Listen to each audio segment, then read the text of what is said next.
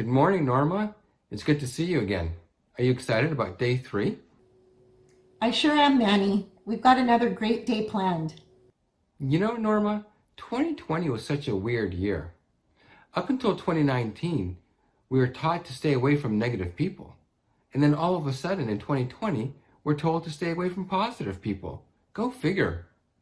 Yeah, I remember in the 80s, we used to think that in 2020 we'd have flying cars or maybe cities on other planets, blah, blah, blah. But no, here we are teaching people how to wash their hands. What gives?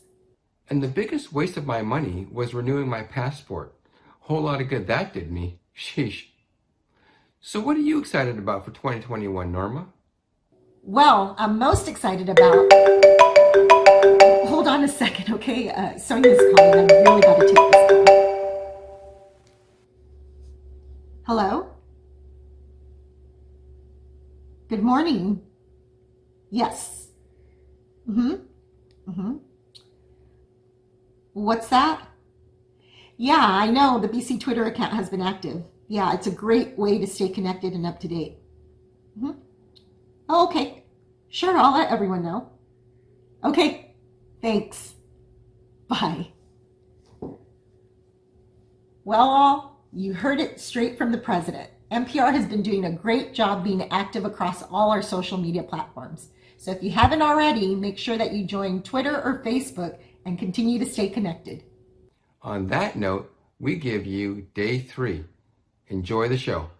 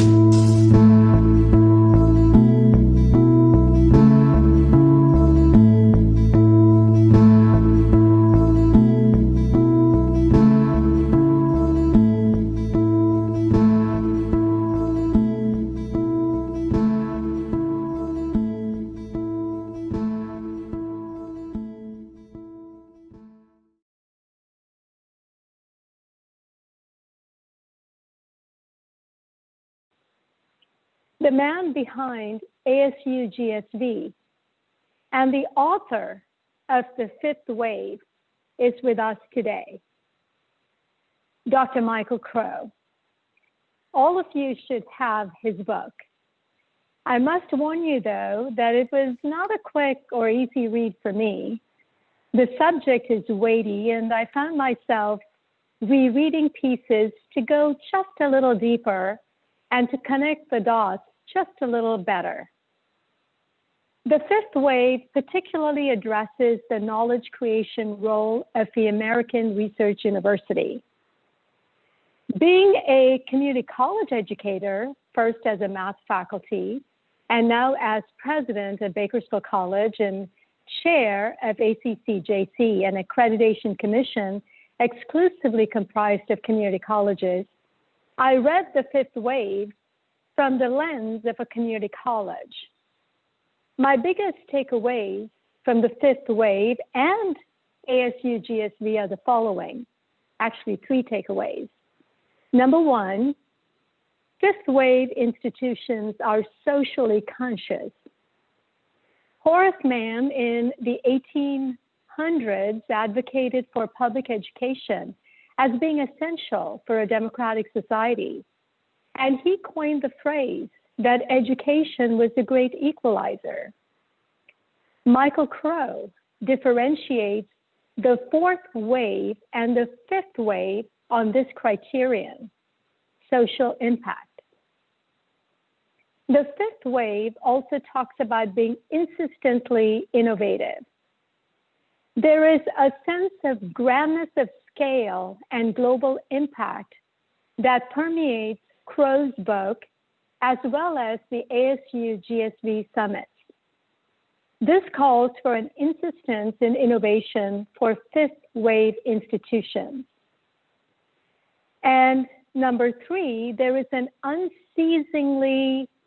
these institutions are unceasingly committed to equity. Education providing social and economic mobility is a cornerstone of the book. This framing of equity for me was reminiscent of the language used by the founding fathers of this country. And being an immigrant, I really appreciate this. All people are created equal. How do we, therefore, in higher education, ensure that we are systematically making this true in our colleges and universities rather than disenfranchising some as a systemic failing? So at this point, I am so delighted that when I contacted Michael Crow, he said yes to my invitation and to join us together for this conversation. So let me put the fifth wave into perspective, because unless you've looked at the book, you're like, what is he talking about? It's a strange science fiction movie when it really isn't. And so the first wave of American higher education was the adoption of the British model, which took the form of the colonial college. And then unlike the private sector, where waves of evolution and organizational change wipes out the previous wave, in higher education, that doesn't occur. All of the previous 4 waves of American higher education are completely intact. The first wave has a few hundred, what I call the American Greek academies, a classic liberal arts education in a residential setting that is often, because nearly all of these, 99.9% of these are private institutions, is very expensive. And it's really the classic education, wave 1.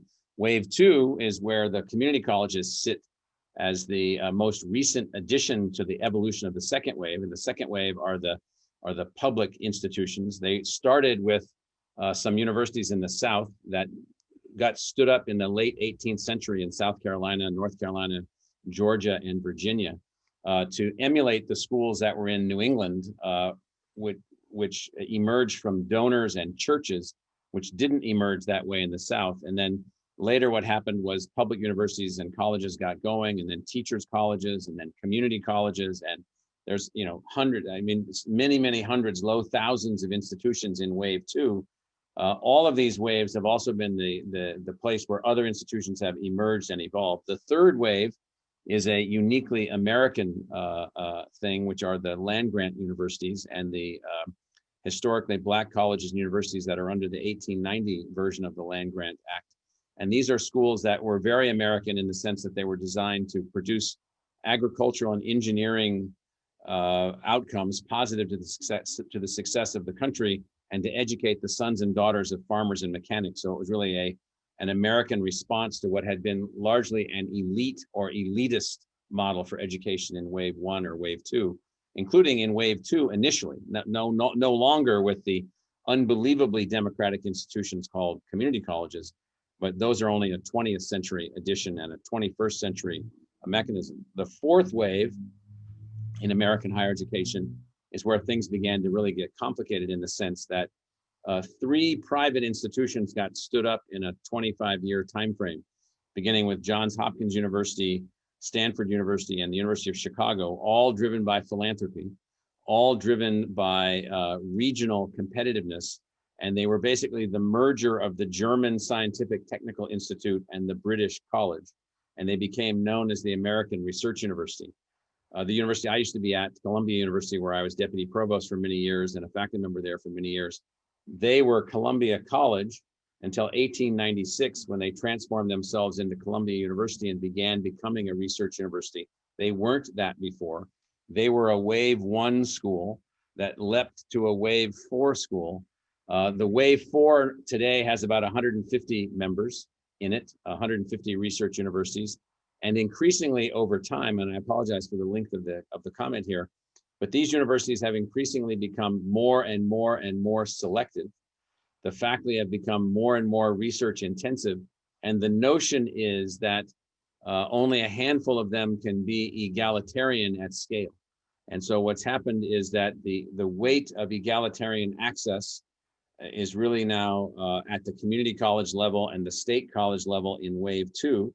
But now we have a divide in our country between the wave 2 schools and the wave 4 schools. And that is this notion of who's qualified to be a student at a research university. So almost 20 years ago, a pack of us came out here to Arizona, where we thought that there was an opportunity to really build a new kind of university. With the objective that we came with was to build what we called a new American university. And then the model was basically the following: an institution deeply committed to egalitarian access, which was simultaneously as competitive from a research perspective as any wave 4 university, that could then scale back to what Sonia's point was, and be deeply committed to equity, deeply committed to innovation, which was the only way to get there, and then deeply committed to social impact. And so that would mean then changing everything, changing our relationship with community colleges, changing our idea of selectivity, changing our idea of pathways into the university. So somewhat like Stanford and Johns Hopkins were self-declared first in class wave 4 schools, Illinois and Berkeley and Michigan State, Purdue were first in class wave 3 schools. Georgia, South Carolina, North Carolina were first in class wave 2 schools. And I don't know what the wave 2 first in class community colleges were, but there's obviously hundreds of them, and they're very, very significant in our economy. And then first in class wave 1, think of schools like Williams or Amherst, Bowdoin, schools like that. The thing that's a little bit different about academia is that all 5 of these classes, all 5 of these waves, are still evolving within the wave. And basically what we suggested in the model that we put forth, and I apologize for the presumptuousness of this, but that the earlier waves were not adequate to the complexity of the society that we were facing. So what we found was that, for instance, if you picked on a university like the University of Michigan or the University of California at Los Angeles, they used to admit students that had B averages from high school. If in 1950, over here on the backside of my desk over here, I have the catalog of the University of California at Los Angeles from August 10th, 1950. You can find it on the web. So you look in there, it says, if you have a B average from a California high school, and you took these 15 courses and have at least a B, you're admitted to the University of California and there's no cost. Well, I don't think it works that way anymore. And this was before the community colleges in California had gotten set up, before the the big strategic alignment between all the systems in California. So what happened was that, I'll just pick on UCLA. To get into UCLA now, you need a weighted GPA coming out of high school above 4.0, or you're not going to get in. And so the notion was that that model isn't scalable by itself. So could you build a scalable model that had total engagement and pathways to the community colleges, had other ways to get into the university, had research active faculty members, and could reach the general public, and then could also serve as something that's missing in our society, which, back to Sonia's point, is really the reason that we've done ASU GSV the last 10 years, which is, could you also serve as a center for innovation for everybody, not just yourself? You know, could you do research actually on teaching and learning and systems and so forth? Now, we all do a little bit of that, but you might note that there are no national laboratories like Los Alamos or Argonne or Lawrence Berkeley Laboratory devoted to education, which has always been a shocker to me. There are lots of energy technology laboratories, but there's no education technology laboratories of scale. And that's a sad occurrence. And so one of the other functions of the fifth wave schools is continuous, constant innovation, driving forward the mechanism that we're leaving too many people behind. You know, Randy, I know you know this data, that over half the people that have received Pell Grants since 1980 have no degree. They don't have an associate's degree, they don't have a certificate, and they don't have a bachelor's degree. They don't have anything. The vast majority of people that started college in the United States have no degree at all. And I think we're the only industrialized country in the world that has that as an outcome. And that is a function of the fact, in my view, that we haven't evolved quickly enough or broadly enough, and we sort of stopped evolving at the fourth wave, and we didn't continue to evolve to deal with scale, to deal with massive diversity, to deal with the need for technology, and so forth and so on. So the 10 years of the ASU GSV conference and these multiple things that we've been doing, I'll just give you a little bit about us. You know, we're producing, I think this year we'll graduate 4 times the number of students with 6 or 7 or 8 times the level of diversity than we did in 2003. We'll do 5 times the level of research than we did then, all from the same institution. And it's only through our relationships with community colleges and companies and educational technology partners and all these other kinds of things that we can do this. So long and the short story is, the fifth wave is yet another American manifestation of a new kind of scalable research university that's deeply committed to egalitarian access.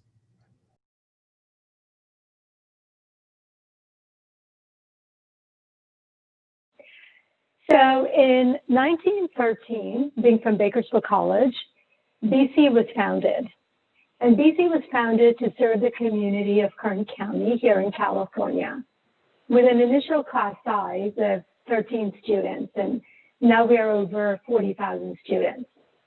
And the reason I pointed that out is because in 1917, Deep Springs College was founded, 103 years ago, with a unique mission to create a small community of students, faculty, and administrators who live, work, and learn together.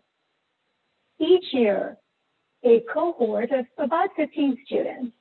This cohort is admitted to engage in learning, to engage in the work of ranching and farming, and to participate actively in self-governance. In some ways, it reminded me about the sacred ancient Hindu tradition of learning as an immersive experience in gurukuls, where the guru or teacher and the shishya's students stayed in the same compound. The practice of gurukuls is still used in modern monasteries in India. Sam is a second-year student from Kentucky who chose Deep Springs out of an interest in the labor program, working on the ranch. Sam serves as the co-chair of the applications committee and is a trustee of the college. Connie is also a second-year student from Eastern Pennsylvania. She describes her decision to choose Deep Springs as a breakaway from the rat race of American higher education and desired isolation and labor as vital for her own self-improvement. Connie serves as the chair of the curriculum committee and is working on accreditation. Of course, we came into Deep Springs thinking it would be one thing, and it often ended up being another thing. And we also came into Deep Springs as some type of person, and we will definitely leave as a different type of person. But mainly, I think I learned to be a person here at Deep Springs. Obviously, there's the whole like leaving home for the first time, seeing the world thing going on. But I think I really learned how to interact and live with the vibrancy and variety of a world that isn't just, you know, the Philadelphian suburbs. Before I came here, I was trying very hard to stick to, you know, the one rule for a good life formula and stick my life in absolute certainty. But since coming here, you know, a lot of things just have happened and kind of just like shot down this notion of like absolute certainty or even this like formula for a good life. And I've learned not to calculate and try to preempt meaning so much as to find it in whatever I do. So, you know, going from being an anxious rat for certainty to being much more encompassing of subjectivity and variety was I guess, a monumental change for myself. I originally envisioned taking a more traditional path and transferring to a four-year college and finishing my degree immediately, you know, transferring to another college after Deep Springs. But you know, I've been much more inclined or open to the idea and even compelled by the idea of deviating from the formula and maybe taking a gap year of sorts, you know, potentially work on a farm with a nonprofit, maybe go on a fishing boat. Not really sure, but I'm open to where the possibilities take me at this point. Great. Yeah, I mean, I think what Connie said was true about being a person. I think also Deep Springs teaches you how to like ask questions, which is important. I guess more concretely, I've become quite interested in like Aristotelian virtue ethics, which I'm like, you know, very much an amateur in. But I think of like sort of like a particularly interesting way of viewing the world, which I'm interested in investigating more. Nydorf, one of the past president of Deep Springs, wrote about democratic self-governance is limited by the nature of democracy itself, which demands that people with deep disagreements of principle find ways to cooperate for the sake of the common enterprise. So that goes with this question from Beta Meyer, that how do you ensure a smooth continuation of self-governance as students in your student body change, and what supports the continuation of those smooth transitions? So how do you deal with, you know, disagreements that are going to arise? Yeah, or concretely in some ways we have like documents that we pass over and institutional knowledge to like help new committee chairs understand like what their roles are. But I think probably more abstractly, and perhaps to answer your question more directly, I think one of the things that ties Deep Springs together, or just that ties the community together in spite of sort of fundamental differences at Deep Springs, is sort of like our need to like get things done in some ways. Like it's not just sort of like, oh, you know, I value sort of like this conception of equality and Connie values this conception of equality, and then when we're done talking, we sort of just like close the computer and walk away. But instead, we actually have to live with one another and sort of accomplish the end goals with one another. And because we have to do that, you know, for example, the cows like have to get fed. And so they're like really concrete and direct mechanisms that we can use to measure success, and B, also like an inability to walk away from our disagreements or problems, which doesn't mean that they're like resolved, but rather that they're like fleshed out and understood, and we can act like through them, not sort of like in spite of them, if that makes sense. Yeah, we do also have like, you know, bylaws that kind of extend through time, even though we can bring amendments to the bylaws, which must be voted on with a supermajority.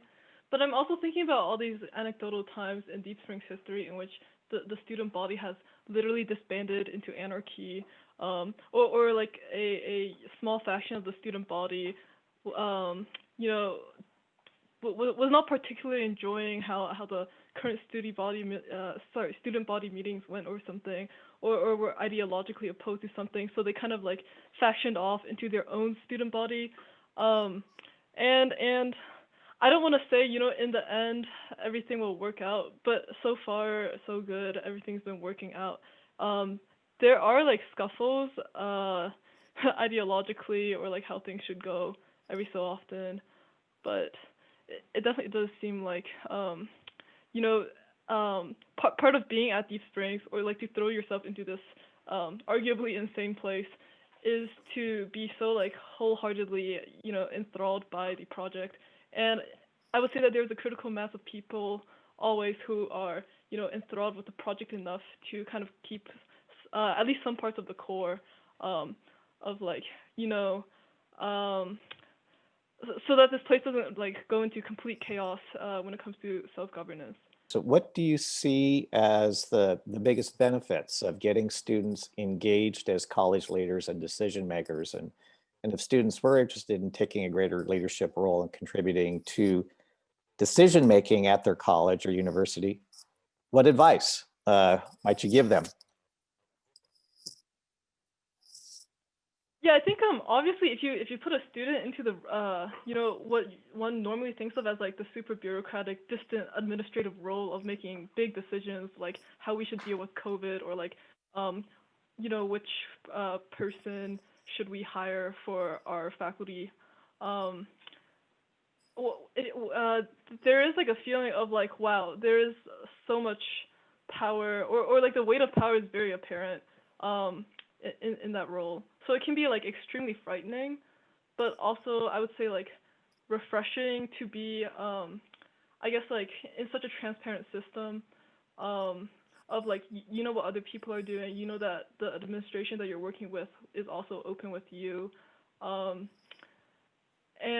I think, this is super cheesy, but I used to be extremely shy, still am rather shy and scared of speaking up. But being in like these leadership roles and being at Deep Springs has basically taught me that like, like I viscerally believe now that, a voice can change something, or that people are more, I guess like influential in the world than, if you would think about it as like, you're not like one person among a billion people or something, but like you are one person with impact. Yeah, I think to answer the second part of the question about telling what I would tell another student at another college interested in sort of taking on more roles in their college, I would say something along the lines of like, don't expect your ideas always to be adopted, which I think is sort of like sometimes there's like an equation between people's minds between like being an equal partner in their education and like deciding everything about their education, which I think are actually two distinct things. I think like in some ways the most important thing that could occur from a student becoming more involved in sort of the like day-to-day operations of their college is like a change in attitude among the college in terms of sort of like understanding where students are coming from, and understanding what the university's or the college's goal is in like what the relationship between the two partners are. Yeah.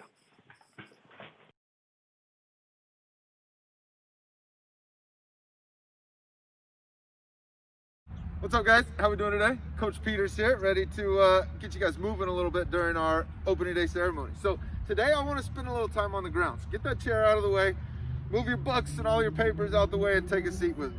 What I want to do to start is actually get a little torso work. So I want to teach us what I call the McGill curl up. What we're going to do, lay on your back. We're going to bend one knee, only one knee. Whatever hand that is, we're going to put that under the small of your back, right where your back arches. Now from here, I'm going to try and lift my shoulders and my chin straight to the sky. I'm not curling forward. I want to work straight to the sky. Ready? Up, right back down, up, right back down, up. As you get a couple of reps in there, what we're doing as well is I'm trying to smash my low back against my hands. Let's switch those feet. Left foot's up. Ready? Up. Get our work in. Now again, I'm not curling forward. I'm working my chin to the sky and punching my low back into the ground. In doing this, we actually activate way more of the torso than a regular sit-up or a crunch. So what did it teach it? Maybe throw it in your own training one day. All right, guys, our next one's gonna be a push-up. Now, before everybody moans and groans and gets mad at me, I want to say, leave your ego at the door and go from your knees. Secondly, if you're still having trouble, just extend and hold that up position. There's no difference between that and a front elbow bridge or a plank. We're still getting work in, right? So leave your ego at the door. Minimize what you're doing if you need to. So a few points of interest I want to teach to start. We begin with those hands below our shoulders and our thumbs pointing up towards our armpits. One of the main issues people have is they set those hands up way too high. So we're going to put those hands below the shoulders. We're going to brace abs tight. Ready? Yep. Now again, if you need, go from those knees, please. Then we're going to go down, up, down, up.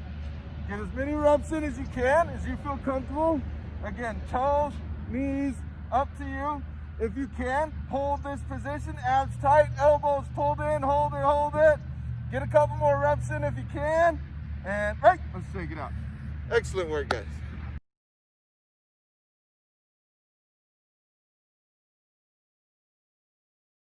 Good morning. My name is Liz Roselle, and I am the director of the Energy Technology Transfer and Workforce Development Initiative.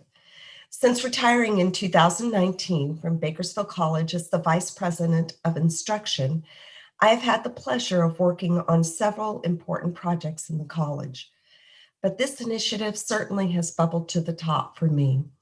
In 2018, California passed the Clean Energy Act, which has a goal of powering California with 100% clean, carbon-free electricity by 2045. As you know, the economics of Kern County are largely supported by energy, thus having a huge impact on the community that Bakersfield College serves. Dr. Sonia Christian had much foresight when she was hired as college president in 2013 by exploring a partnership with the National Renewable Energy Laboratories, NREL, in Golden, Colorado. Today, we see that significant partnership has become a reality through the Energy Technology Transfer and Workforce Development Initiative.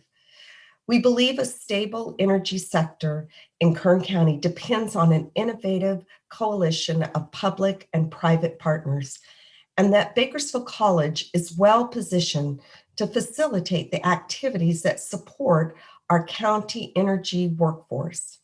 In partnership with NREL, Bakersfield College will play a leadership role in providing critical job training to the region to ensure economically inclusive and diverse energy solutions, facilitating strategic research and statewide discussions on the diversification of energy issues, and convening industries in the energy sector, governmental agencies, and institutions of higher learning to offer a safe zone for substantive conversations which may serve to influence state and local energy policy. As we develop this program, please join us at our upcoming webinars this spring. Our third webinar will be on February 24th and will address the energy, water, food nexus. See you then. Hello, Renegades. My name is James McGarrah. I'm a faculty member in the Physical Science Department and I teach chemistry. A few of you in the audience have already received an email from me about being a part of a special group. And let me tell you a little bit about what this group is going to do. So as a part of the Energy Technology Transfer and Workforce Development Initiative, so ETT and WD for short, we're putting together a curricular discussion group to explore BC's resources and assess the local needs for education and training programs centered around new technology. This group is going to be composed of BC faculty and staff, along with industrial, governmental, and academic partners on the ETT and WD steering committee. Kern County, as we all know, is an energy leader, not only in fossil fuel extraction.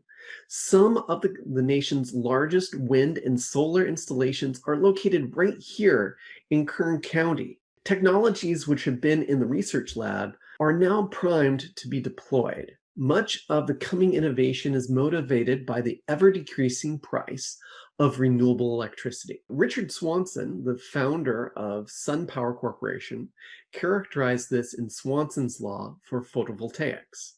It states that the price of solar voltaic modules tends to drop 20% for every doubling of cumulative shipped volume. What that means is that electricity produced from solar cells, solar panels, is getting cheaper and will keep on getting cheaper. So these inexpensive, renewable generated electrons, whether they're from wind or solar or hydroelectric, can be used to do much, much more than provide just electricity. Through chemical reactions, they can actually be used to decarbonize the production of transport fuels and fertilizers.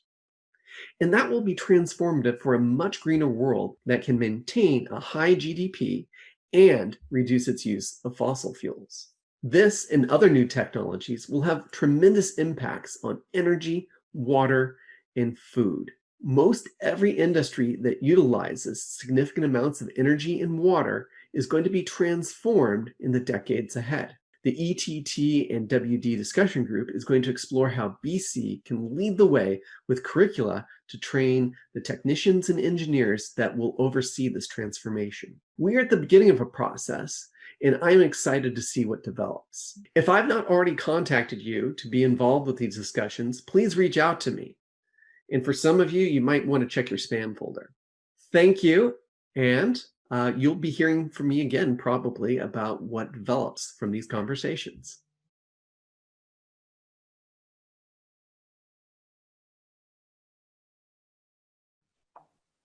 Hi, my name's Andrea Thorson. I'm a Dean of Instruction here at Bakersfield College. And hi, I'm Matt Andrasian Jones, and I'm a faculty in the Academic Technology Department. Andrea and I are here today to talk to you about an accessibility review that was conducted by an outside consultant hired by the district named Geyer Dietrich. So as we talk about our findings, there's a couple of other things we'd like to talk to you about too. One of those things is the definition of terms. So a lot of people get accessibility and accommodation mixed up, or they think that they're the same thing. And they're actually not. They're two very different items. So one is more proactive and one is more reactive.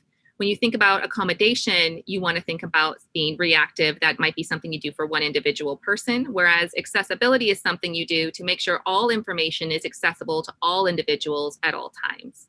So an example of an accommodation would be if a student comes to you with an accommodations request where you grant them an extra 30 minutes on a quiz, for example. Meanwhile, accessibility could have to do with the same quiz, but it's about how you set up the quiz, making sure that all your students have equal access to what you're quizzing them about. Absolutely. And one of the other things that Matt and I want to make sure we express today, in case you weren't aware, there's this district-wide accessibility task force. And it was created, I think about a year and a half ago, at least, and by John Means. And he's going to talk about that a little bit, like what led up to that. But one of the things that Matt and I want to impress upon you is that there seems to be sometimes a disconnect between feeling like accessibility and accommodation are necessary and or beneficial versus something we just have to do. We are bound by law to make sure that we're doing these things. But one thing that we hope that you take away from our presentation today isn't just that you have to do something because of legal ramifications or otherwise, but rather because you want to. I want you to know that it matters. What you do for accommodations and accessibility makes a difference in the lives of our students. And it doesn't just benefit people with disabilities, it benefits everyone. If you ever question that, please just come talk to me. As a person who has a sometimes visible disability and often invisible disabilities, I can tell you that firsthand, accessibility matters. And it makes a difference in the world of a student in terms of feeling like you belong, getting rid of the imposter syndrome, and getting rid of the feeling that you have to be treated special and different. To be able to access information equally is such a relief for our students. So that's one thing that Matt and I hope you walk away from today, is not just the things that we did well and the things we have to work on and the things we have to do because of this outcome of this study, but rather a change in your heart because you know it's the right thing to do for our BC family. In addition to those things that Drea mentioned, another thing that we hope you walk away from is some future actions you can take, things that you will be able to participate with or engage with on campus, virtually, in order to be more accessible in your classrooms. In my role at Bakersfield College, I work with a lot of faculty, teaching how to use various elements of technology or even how to improve pedagogy in their classroom. So one thing that I get to see is a vast amount of different areas where we could be more accessible campus-wide. So we want to make sure that you know what you need to do in order to be more accessible as well. We want to leave you with a quote that leads us into this next section. Accessibility benefits everybody, not just the disabled. Create an inclusive world. The problem is we don't talk about accessibility as a solution. Instead, it's ironically seen as a barrier or an extra cost. So the next part of the presentation, Dre is actually going to walk you through some of the strengths that our outside consultant found that are happening with regard to accessibility across the district. Then you'll have a little bit of time with Vice Chancellor John Means, and then you'll get to see me again as I explain some of the general issues that the report found. And at the very end, Dre and I will come back together to talk to you about what we recommend have happen.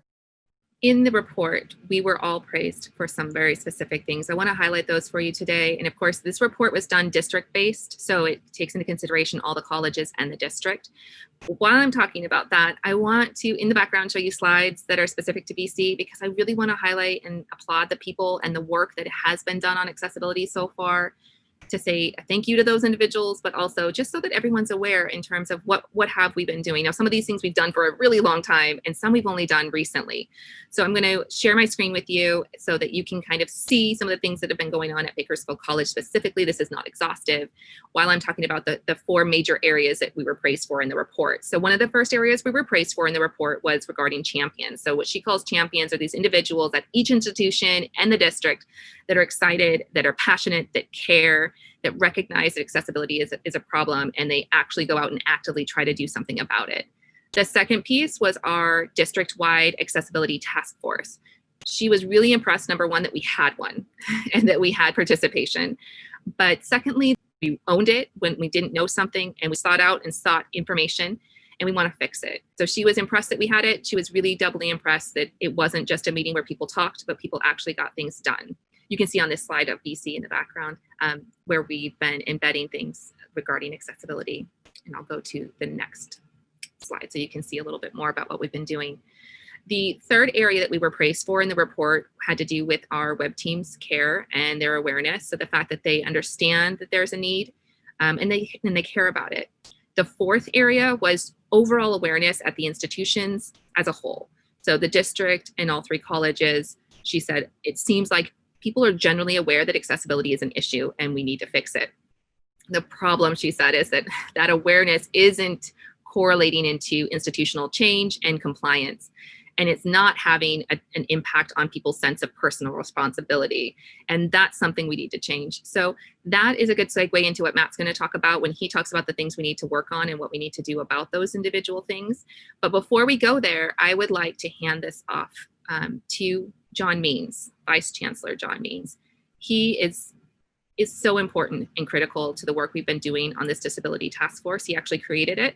So I'll let him explain a little bit more. And once he's done, we'll get back at it with Matt in terms of what we needed to work on in the report. I'm going to start by telling you a little bit about the beginning of the decision for the district to start an accessibility task force. About 4 years ago, there was an audit by the state auditor's office about colleges and how well we're doing on providing compliance to all the accessibility guidelines. And they chose the three community colleges that were thought to be some of the leaders in compliance to the accessibility guidelines, laws, and guidance. And what they found was those colleges were not doing a very good job and were out of compliance in a number of areas. And they wrote the report, submitted it. It was just about 4 years ago. And all the colleges across the state went, wow, if those colleges are in need of doing a better job, we need to look at it again ourselves and how we're doing. And the chancellor and I talked about it, and the chancellor said, John, I want you to start a task force and look at how we're doing and come back with some recommendations. So the task force, was created about 23, 24 people from across the district, 3 colleges in the district office. And we ended up hiring a consultant who met with a number of people at all three colleges in the district office based on a framework and analysis of how we're doing in a number of different key areas. Also, shortly after that audit was completed, there were a couple of significant lawsuits for community colleges that were settled in California that were pretty heavily geared towards these community colleges being out of compliance, and had to force them to pretty quickly come up to speed and make some changes in order to be compliant. So we created the task force. We met, we had the consultant did her review and discussions and interviews with the colleges in the district office, came back with recommendations and findings. And for me, what that means is, one, we needed to be in compliant with Section 508 and Americans with Disability Act that says we provide the same equal access to everybody, no matter what, if they have various disabilities, we have to remove barriers that get in their way. And all of us are familiar with the last 10, 15 years, a real emphasis on access and particularly success and equity. And success and equity means that we're not just having the students in our programs, but we want them to be successful.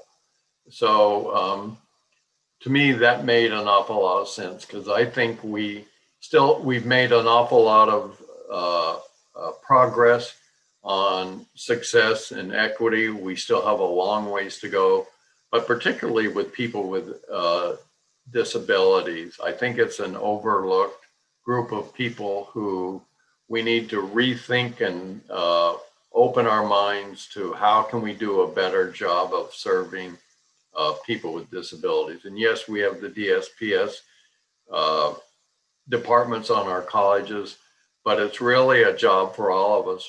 Number one, with faculty. Number two, with staff that support everything that we do with our students. And number three, administration. And for me, it's been eye-opening in looking at the recommendations and beginning to review how we can make suggestions for improvement. And I would say, out of my experience, the number one guide that we can follow that's going to make the biggest difference is training of everybody, and particularly faculty. It needs to be faculty driven, and so far the faculty at all three of our colleges have done just a wonderful job of buying in.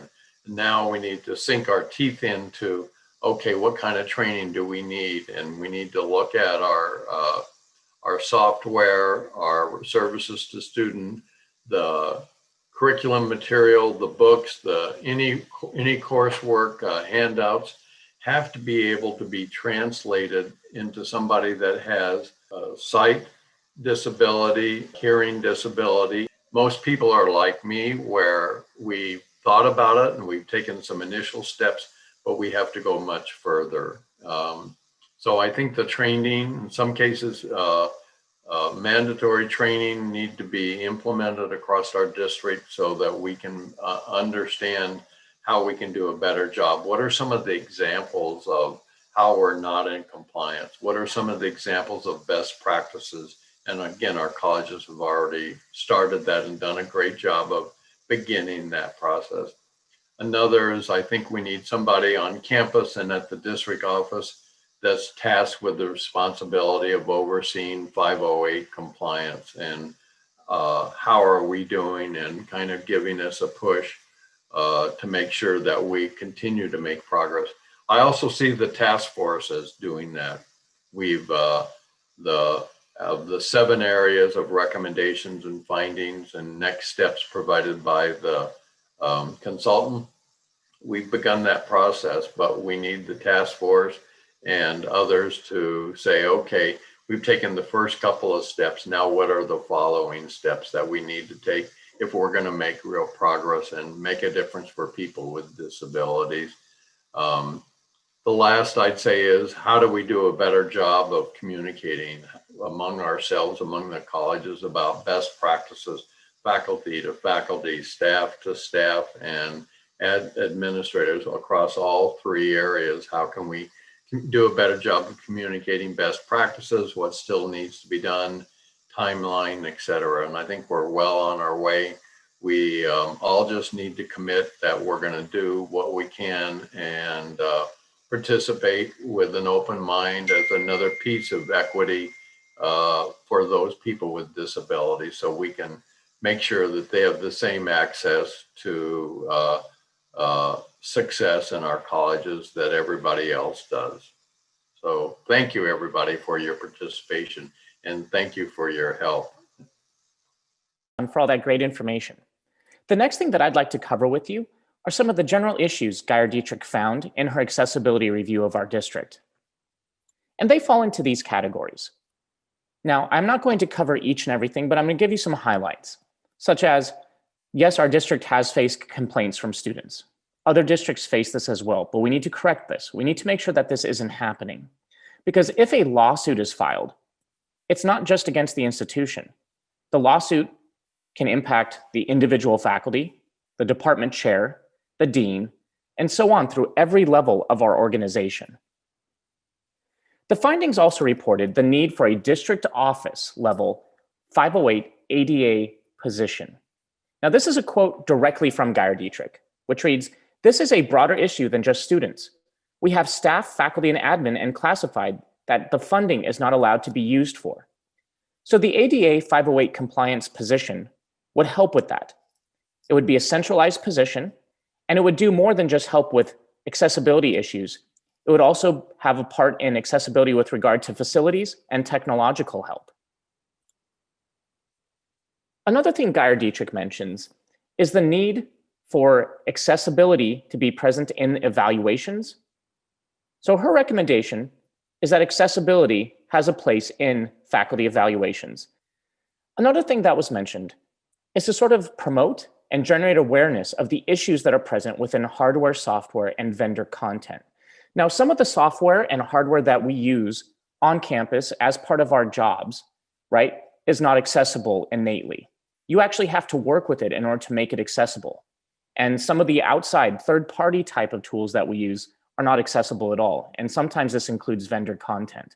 So we need to make sure that we're weaving through and figuring out what works, what doesn't work, and for those things that we can make work, how to make them work, which is where some training comes into play.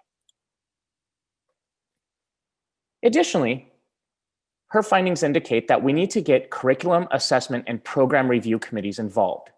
Geyer Dietrich states, course reviews, curriculum reviews, and program reviews all need to include accessibility of review criteria. So that's something that we need to work on with those appropriate parties. And additionally, communication needs to be present at all levels. That is from the district office, that is within the college campuses, that is from college campus to college campus. Geyer Dietrich states, communication has to change and education must be embedded in communication technology. If we're going to make this work, communication has to be key. Now that we know some of the things that we've done really well regarding accessibility, and we know the things that we haven't been doing so well, what are we going to do about it? Well, Matt and I want to talk to you about some training opportunities that are coming up, hopefully coming out to you in March. These training opportunities are going to be geared towards the 3 different areas on our campus that need training: our faculty, our classified, and our managers. Each of these areas need training, and each of them have different needs. So we're going to be really thoughtful about the courses that we select and the certificates that each area is able to achieve. The goal is, in the end, to have training that helps make all information at Bakersfield College accessible to all Bakersfield College students. And something else that I'd like to add is accessibility is a thread that is woven through all the workshops your academic technology department offers. So if you're ever curious, check out those workshops and you will undoubtedly encounter some level of accessibility training. So thank you for joining us today. And we'd like to leave you with a quote. The one argument for accessibility that doesn't get made nearly often enough is how extraordinarily better it makes some people's lives. How many opportunities do we have to dramatically improve people's lives just by doing our job a little bit better? Thank you. Thank you.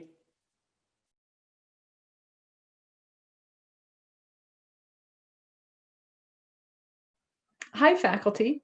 I'm Ann Tatum, your Union Campus Chair, welcoming you back on behalf of the Union. I'm recording this on December 16th, so there's always a chance that things have happened in between the recording and the viewing. Just make sure you're checking your emails so that you have the most up-to-date info. I hope you had a restful break and you're ready to go for one more virtual semester. I only have a couple of union-related announcements.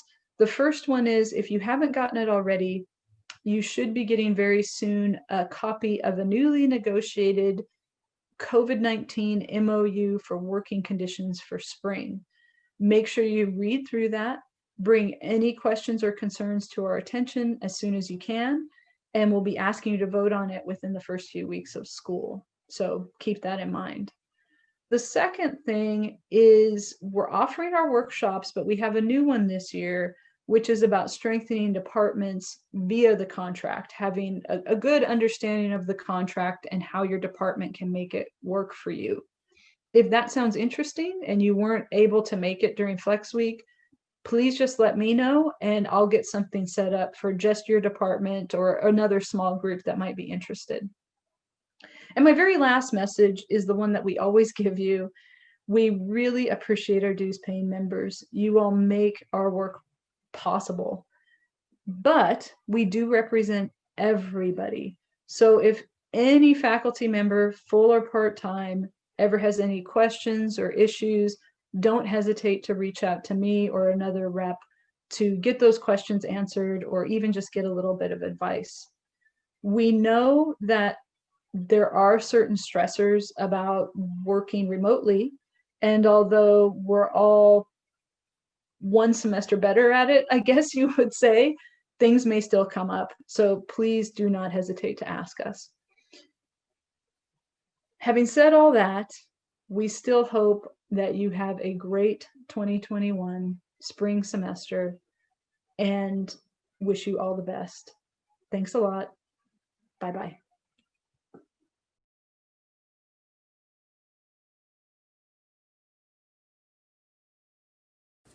Hey there, Renegades. Unfortunately, it looks like we're doing another opening day at a distance. As I was reflecting on my past 6.5 years as Academic Senate President, it brought to mind what some past presidents had said about their presidency. People like John Adams, who said, "the 4 most miserable years of my life." Or maybe even Martin Van Buren, who stated, "As to the presidency, the 2 happiest days of my life were those of my entrance upon the office and my surrender of it." In all actuality, it hasn't been that bad.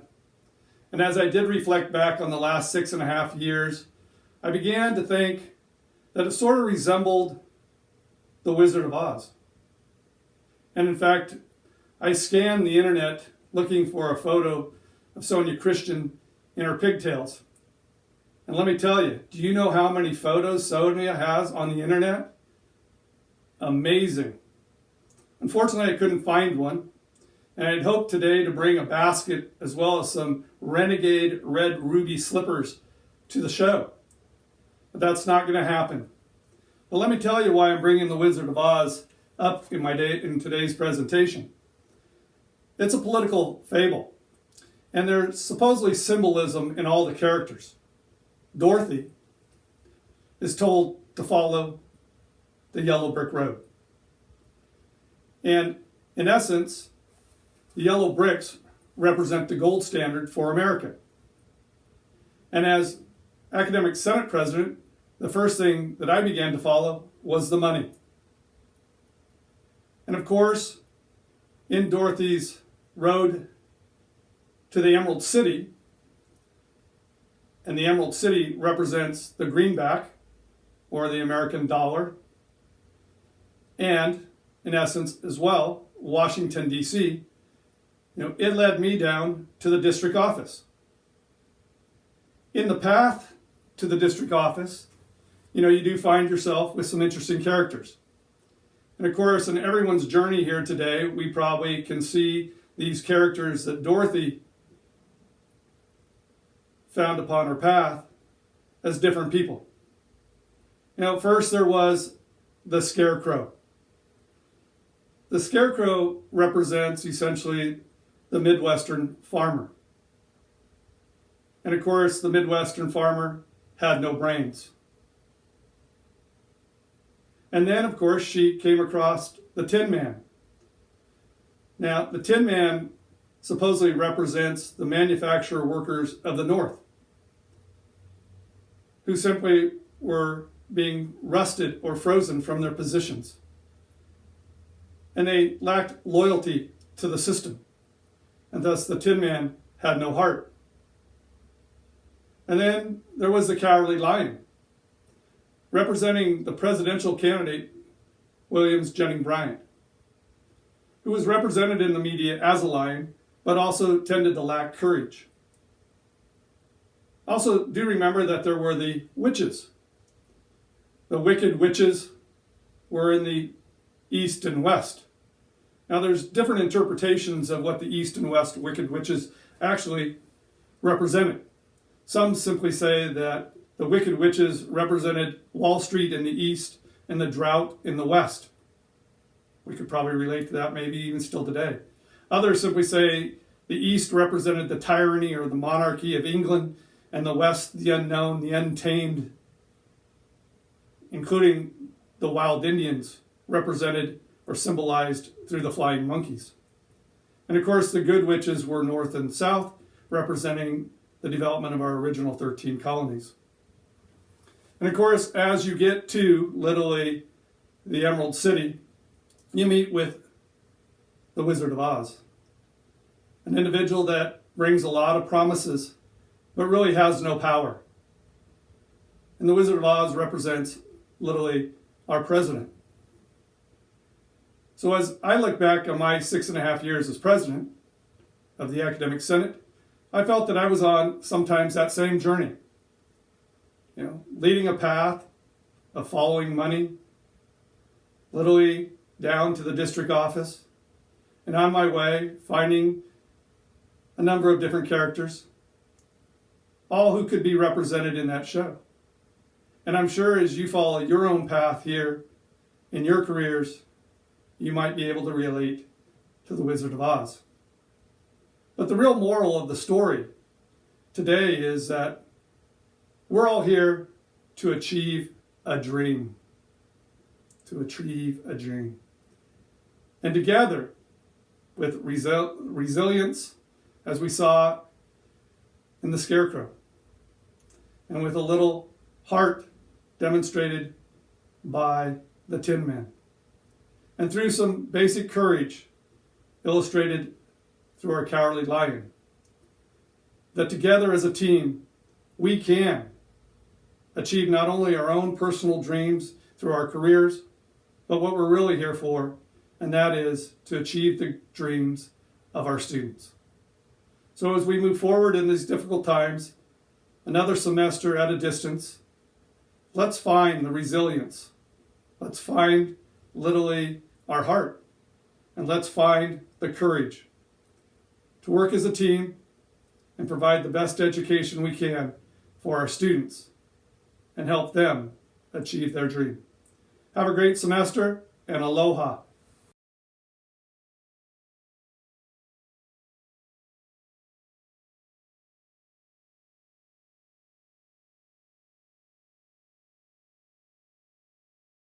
Be the change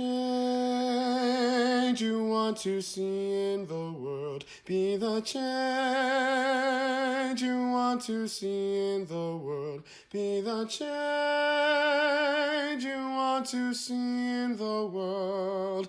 And change will come to you. Be the change you want to see in the world. Be the change you want to see in the world. Be the change you want to see in the world.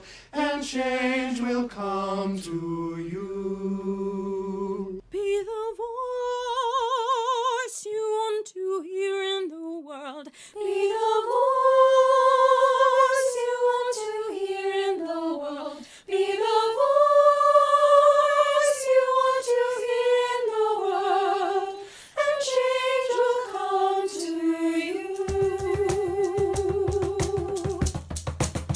Be the light you want to shine in the world. Be the light you want to shine in the world. Be the light you want to shine in the world, and change will come to you. Be the change you want to see in the world. Be the change you want to see in the world. Be the change you want to see in the world, and change will come to you. Be the change.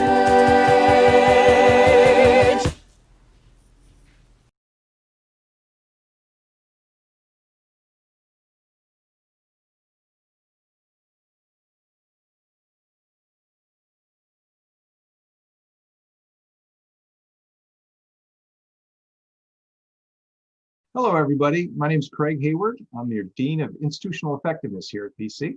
Hello, I'm Xian Kim, Director of Institutional Research. Happy New Year.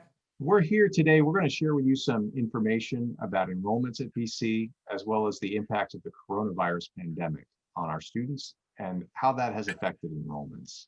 So if you're anything like me, then when you're confronted with a good news, bad news situation, you like to take the bad news first and get it out of the way. So that's what I'm going to do today.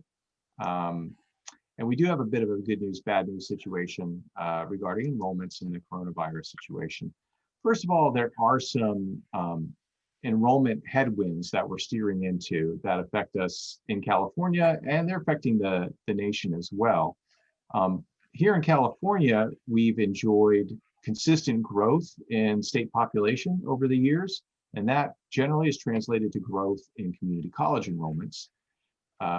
This past year, however, that growth stream has dwindled to just a trickle, and essentially the population is flat from the prior year, which of course then has downstream implications for the enrollments at community colleges.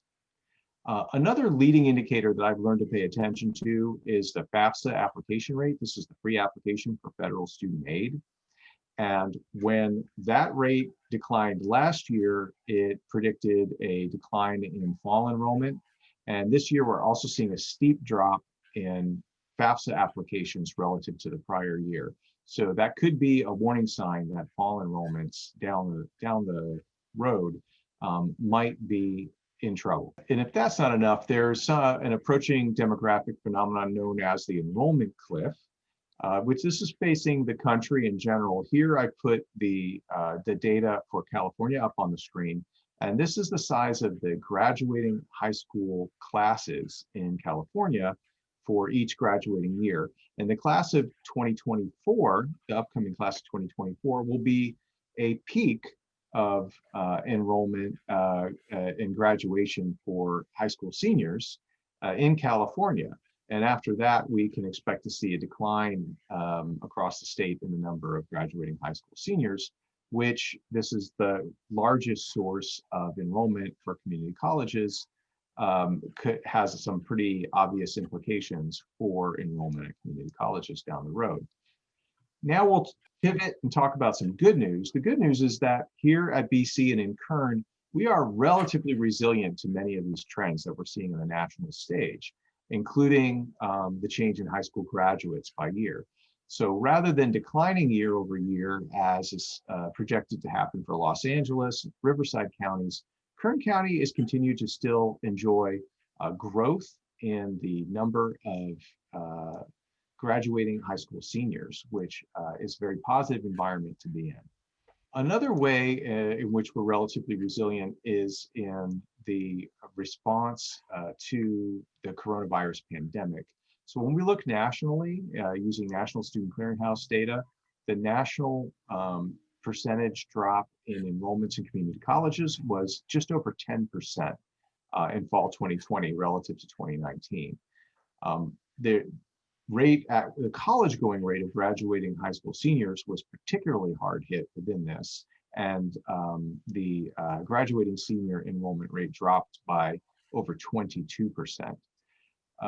However, at BC, our fall 2020 enrollment was down just 5.4% relative to fall 19. So this is much better, about half of what we're seeing in the national average or the statewide average of being down 11%. So when you take that relatively mild downturn in fall 2020 and you combine it with the fact that our summer enrollments were actually strongly up, what we call a summer surge, then our overall posture going into spring 2021 is actually a net positive for enrollment. So this is very good news. It's a good position to be in, particularly relative to many of the other colleges around the state and country. So a lot is riding on spring 2021. We're going to bounce into a robust spring of enrollments, and that will mean that our annual enrollment will be up. And if not, then it could be otherwise. So this is pretty much as spring 2021 enrollments go, so will go our annual enrollments, whether we're up or down for the year. Now, turning it back again to the impact of COVID-19 on college enrollment, Strata conducted a national survey which showed that the impact of the pandemic on college going and college plans and college students has not been equally distributed. And in fact, Latinos and Black Americans have canceled their education plans or delayed enrollment at much higher rates than white Americans. So 1 out of 3 Latinos and 1 out of 4 Black Americans report canceling education plans or delaying enrollment. Now, at BC, which is a Hispanic serving institution, about 70% of our students are Hispanic. This has an obvious significance for our student body and demographic. Looking at other expected outcomes, such as the typical pattern of seeing growth in enrollment at community colleges when unemployment in the country is growing. We haven't seen that correlation play out in full just yet, because as unemployment has spiked during the pandemic, enrollment initially grew in the summer of 2020, but then dropped sharply in fall of 2020. So when we ask those who recently lost their jobs or who have lost hours, lost income due to the pandemic, 2 out of 5 of these say that they are planning on enrolling in education or training in the next 6 months. So this tells us that there is demand, and if it hasn't showed up yet, we can expect or anticipate that it will show up, and we should be ready for it, and we should prepare to onboard those students and orient those students effectively, particularly because many of these adult learners lack confidence. They're not certain that they are necessarily college material or that going back to college is the right thing. They don't know how to go back to college. So more than half of these students identify self-doubt as a major barrier to pursuing more education, which tells us a little bit more about how we should be positioning ourselves to welcome those colleges, potential students back to college. And a further data point from the Census Bureau tells us that there are over 4 million Californians who have some college but no degree, so they're perfect candidates for programs like BC's Back to College that Soo-Yeon's going to tell us a little bit more about in a minute. With that, I'm going to turn it over to Soo-Yeon to drill down a little bit more deeply on some of the impacts of the coronavirus and some of the programs and services that we are offering to help our students adapt and persevere. In spring/summer 2020, we surveyed our students about their experience since we implemented social distancing measures and switched to online education and remote work. From our COVID-19 survey findings, we found many of our students are dealing with significant technological challenges. For instance, 22% of students said they had lack of access to reliable internet service. And other various stats support this trend. Many students also had learning and educational challenges, as seen from the statistics in the upper right. As we move to online education, the technological challenges is concerning. It had negative impact on students' choices and plans, in particular, students who have less robust internet access and less technological resources. Here's some observation on the impact of the digital divide on our enrollment. Given that students in rural or underserved areas have less reliable internet access, they are more likely to experience limited access to distance learning, thus impacting their educational plans. You can see a larger drop in FDS for the rural underserved areas.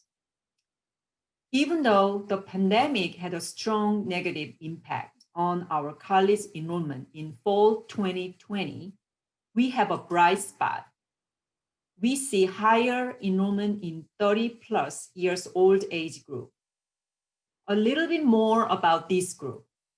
When we compare 30+ years old age group to their younger counterparts, they are more likely to have a short-term career education goal, more likely to take non-credit courses, and they are more white and less Hispanic demographically. Our local data suggests there is a potential need for post-secondary education among adult population. 46% of adults in this region express an interest in attending college, especially Black and Latinx adults. Our Back to College program is one of our efforts to make sure that our returning students, as well as new students, reach their goals by providing student support and services. We also have 8-week courses option. This option has flexible scheduling. We found that 8 weeks classes show higher rates of student success, with other being equal. Back to you, Craig. Thanks, Soo-Yeon.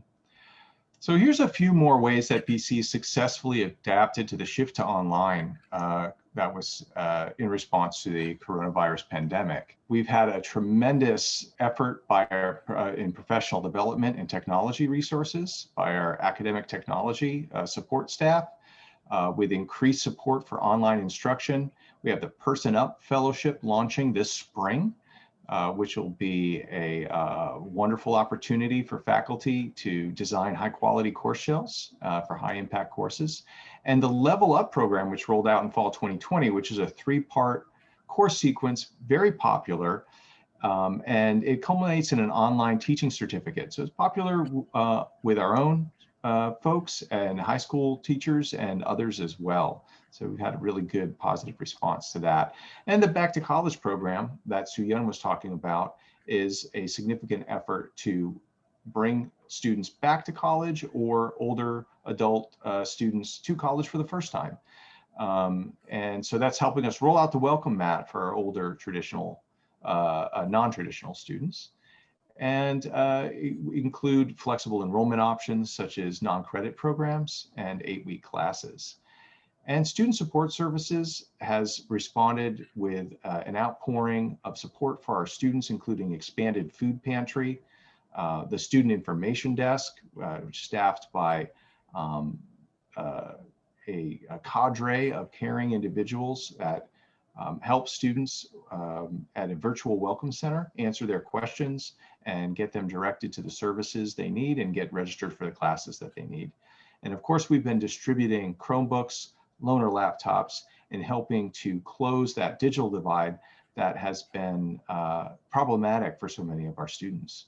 In closing, I'd like to just share with you some really heartwarming information that our students have told us about how much they appreciate your response to their needs and to their concerns around the pandemic, and that the care, the time, the guidance, the instruction, the effort that you have all put into helping students adjust to these unprecedented challenges to their education has been deeply felt and deeply appreciated.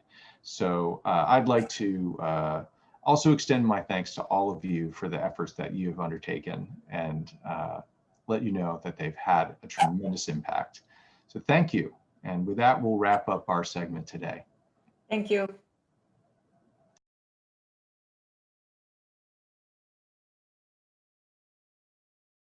The 11 Faculty Colloquium Award is special. It gives our colleagues the chance to be recognized and present their contributions to their field in front of friends, loved ones, and colleagues. And because this is a special part of the award, we asked our current recipients, Dr. Paula Parks and Miss Faith Bradham, if they'd like to present their work virtually or if they would prefer to wait until campus reopens so that their loved ones can attend. Both recipients have opted to wait, and we respect and understand that, and we look forward to celebrating them as soon as we can. In the meantime, we ask you all to be on the lookout for the nomination packets in the email with the flyer about nominating yourself or someone else. When we choose our next nominations, those nominees will have the opportunity to present virtually or to wait to present in person. So please keep that in mind. We hope everybody is well, and we thank you for your time. Go BC.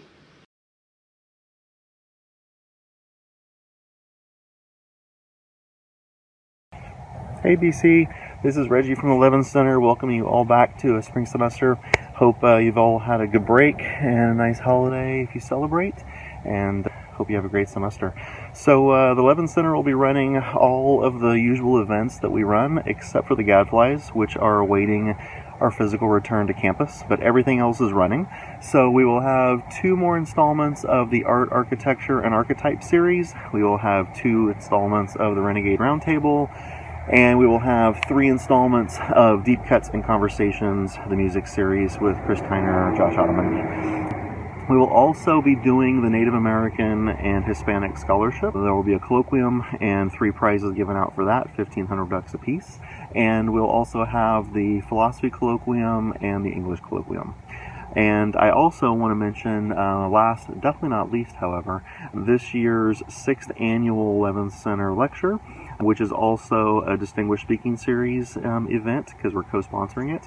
So this year we're bringing to campus, I'm proud to announce, one of the most esteemed famous attorneys in the United States, and one who brings together themes of justice, humanities, and of course law, and also the profession, specifically science. So this year on April 15th, mark your calendars, we'll be offering a pair of events, 2 talks by Barry Scheck, the esteemed attorney who is pioneering for his work on DNA and the Innocence Project, getting people acquitted and released from prison who have been absolutely wrongly convicted.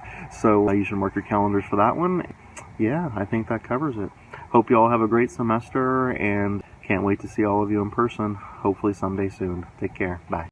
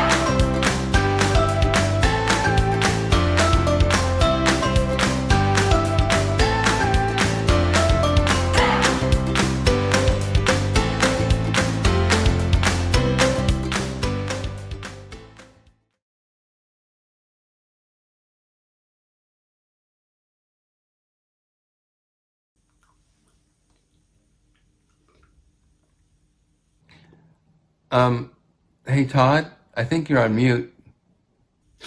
No, that's my new trick. You can really mess with people just by acting like you're saying something, just mouthing the words when you're on Zoom, and people will think you're on mute. Todd, I thought we agreed that wasn't funny. Well, Reggie, can you believe we made it through opening week in one piece? Yes, it has been draining. I never realized how little work Todd and Manny been doing on opening day. But thankful to me and Norma, we carried the opening day team. I thought we paid you to keep that quiet. Wow, Reggie, as a new manager, you've caught on pretty quickly to Manny and Todd. Oops. So everyone, Manny and Todd are the hardest working employees on campus. But I'm sure you guys already know that. On behalf of Todd, Reggie, and Manny, we want to thank you for joining us throughout opening week. It was an honor to serve as your hosts. As you can tell, we had a great time. We hope you did too. We wish you a successful and fulfilling spring semester.